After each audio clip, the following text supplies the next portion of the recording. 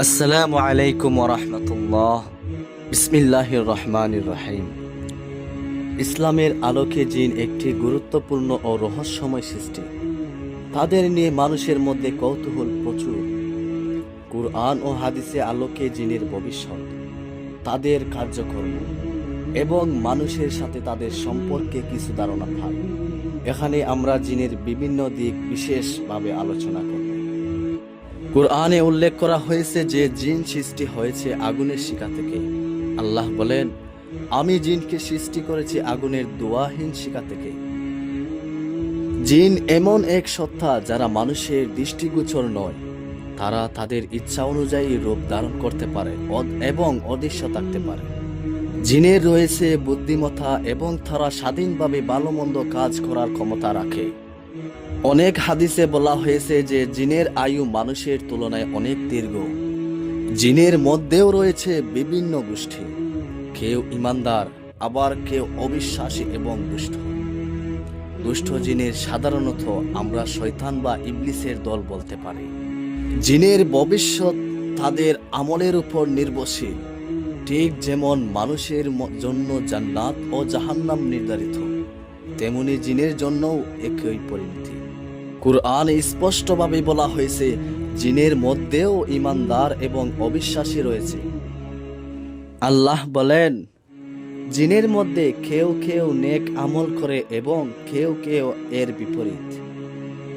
কিয়ামতের দিন জিন ও মানুষ উভয়ে আল্লাহর দরবারে উপস্থিত হবে এবং তাদের আমলের জন্য বিচার হবে। আল্লাহ তাআলা বলেন, তোমরা কি মনে করেছিলে যে আমি তোমাদের বিনা উদ্দেশ্যে সৃষ্টি করেছি এবং তোমরা আমার কাছে ফিরে আসবে না? শয়তানি জিনদের ভবিষ্যৎ হলো চিরস্থায়ী জাহান্নাম। তাদের কাজ মানুষের মধ্যে বিভ্রান্তি সৃষ্টি করা, আল্লাহর পথে বাধা প্রদান করা। এজন্য তাদের শাস্তি আরো কঠোর হবে। মানুষ ও জিনের মধ্যে সম্পর্ক অত্যন্ত সীমিত এবং এটি সাধারণত দুটি। জিন মাঝে মাঝে মানুষকে সরাসরি প্রভাবিত করতে পারে।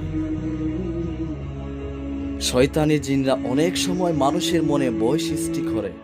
কেউ কেউ জাদু বা কালো বিদ্যা ব্যবহার করে জিনকে ডেকে মানুষের ক্ষতি করার চেষ্টা করে। জিন তাদের কুমন্ত্রণা ও প্ররোচনার মাধ্যমে মানুষকে পাপের দিকে নিয়ে যায়।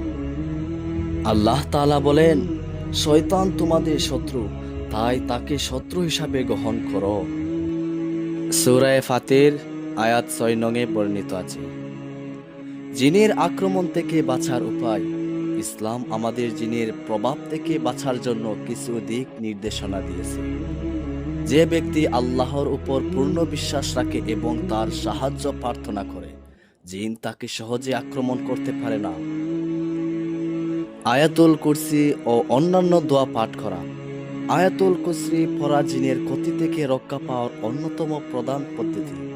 সূরা ফালাক ও সূরা নাস সকাল সন্ধ্যা 3 বার করে পড়া উচিত। জিন সাধারণত অপবিত্র বা নাপাক স্থানে অবস্থান করে। এজন্য সর্বদা পবিত্র থাকা এবং ঘর বাড়ি পরিষ্কার রাখা গুরুত্বপূর্ণ। নামাজ ও কোরআন তেলাওয়াত। নিয়মিত নামাজ আদায় করা ও কোরআন তেলাওয়াত করলে জিনের প্রভাব কমে যায়। জিনের সম্পর্কের পরিবর্তনের সম্ভাবনা। কিছু বিশেষ ঘটনা বা পরিস্থিতিতে মানুষের সাথে জিনের সম্পর্কে পরিবর্তন ঘটতে পারে। কিছু ইমানদার জিন মানুষের সাথে সম্পর্ক স্থাপন করে ভালো কাজে সাহায্য করতে পারে। বিপরীতে দুষ্ট জিনেরা মানুষের মধ্যে বিভেদ ও শত্রুতা সৃষ্টি করতে পারে। ইসলামী দৃষ্টিকোণ থেকে সতর্কতা। জিনের সাথে সম্পর্ক স্থাপন বা তাদের সাহায্য নেওয়া ইসলামে হারাম। জাদু, ত্রান্তিকতা বা কালো বিদ্যা এসব ইসলামের দৃষ্টিতে শিরিক। মানুষকে সব সময় আল্লাহর উপর নির্ভর করতে বলা হয়েছে। হাদিসে নবী করিম সাল্লাল্লাহু আলাইহি ওয়াসাল্লাম বলেছেন, যে ব্যক্তি জাদুকরের কাছে যায় এবং তার কথা বিশ্বাস করে, সে মুহাম্মদ সাল্লাল্লাহু আলাইহি ওয়াসাল্লামের উপর যা অবতীর্ণ হয়েছে তা অস্বীকার করল। আবু দাউদ হাদিস নং 3906। আসসালামু আলাইকুম। ভিডিওটি যদি আপনার ভালো লেগে থাকে তাহলে আমাদের চ্যানেলটি সাবস্ক্রাইব করুন, লাইক দিন এবং শেয়ার করুন। আল্লাহ হাফেজ।